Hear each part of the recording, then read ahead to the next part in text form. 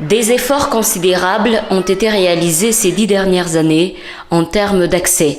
Les effectifs des élèves et des étudiants sont ainsi passés de 4 609 054 pendant la période 2005-2006 à 7 032 140 en 2015-2016, soit une augmentation annuelle de 5%.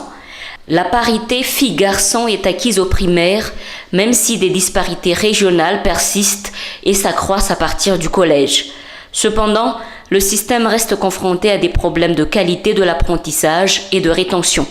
À titre d'exemple, sur 100 élèves qui entrent en première année du primaire, 50 seulement arrivent en 5e année, 25% d'entre eux entrent ensuite au collège et leur effectif diminue progressivement jusqu'à l'université.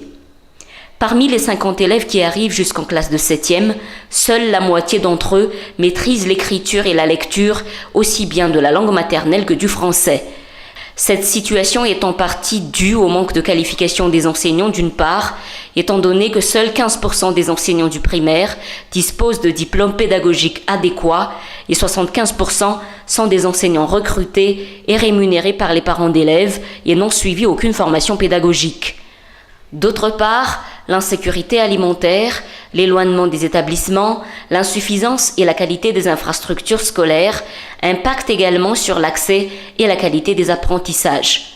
En outre, un cycle de 5 ans au primaire est insuffisant pour permettre que tous les enfants acquièrent les compétences de base minimales nécessaires pour affronter la vie courante.